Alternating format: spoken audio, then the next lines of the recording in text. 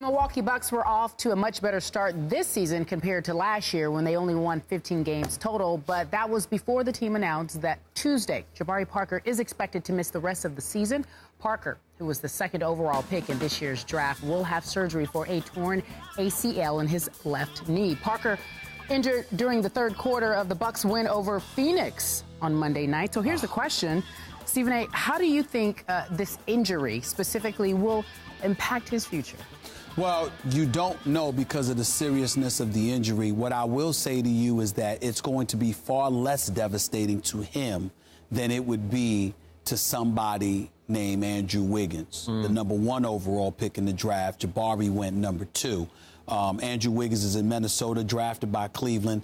We all raved about his athleticism, his upside. That's why he was picked ahead of Jabari. Not because he's better than Jabari, because Jabari Parker, to me, is a better basketball player than Andrew Wiggins at this particular juncture. He knows how to play the game. Jabari Parker reminds me of a potential Carmelo Anthony in the making. Now, he was only averaging 12 points a game, shooting 10 times a game, only hitting 5 shots. I've spoken to Jason Kidd on several occasions this season, Skip. He raves about the kid, his work ethic, his IQ, his willingness to learn and to be coachable. And obviously, when it comes to Jason Kidd talking about the game of basketball, regardless of what happened in Brooklyn in terms of how he left, you listen because you know the man knows the game of basketball. By the way, I think Jason Kidd's doing a hell of a job in Milwaukee. And it looked like he made the right decision to be gone from Brooklyn. You got it. To be quite honest, the way Dwayne Wade put it on him last night at the Barclays Center.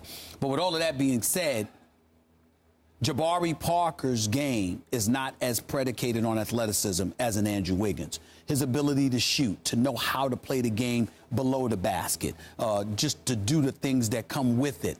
I think that he'll be fine so long as, the knee heals. If it were Andrew Wiggins, I'd be far more worried about him because his game is not as polished and it's so dependent on his great athleticism.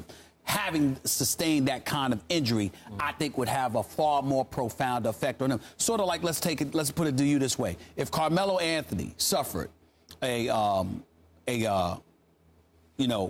tear or, ACL injury, and LeBron suffered it, who would it affect more?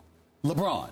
Because LeBron, his athleticism, his physicality, his ability to get to the basket, even though he's improved tremendously as a perimeter shooter, he's not the shooter that Melo is. And so because of it, it would affect him more than it would affect Melo. I think this is a similar case with Jabari Parker. I think he can come back for this. If it were Wiggins, I'd be far more concerned about it than I am with Jabari Parker, but he's still got to get healthy, of course.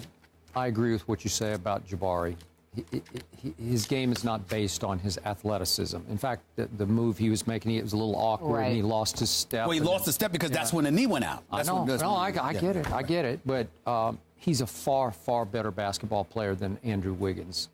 Wiggins is all athleticism and mostly on the defensive end, very little on the offensive end. He plays great defense for a young kid, though. That's what I'm saying. I give him that much. But he's in cruise control too much. Got to amp up his energy.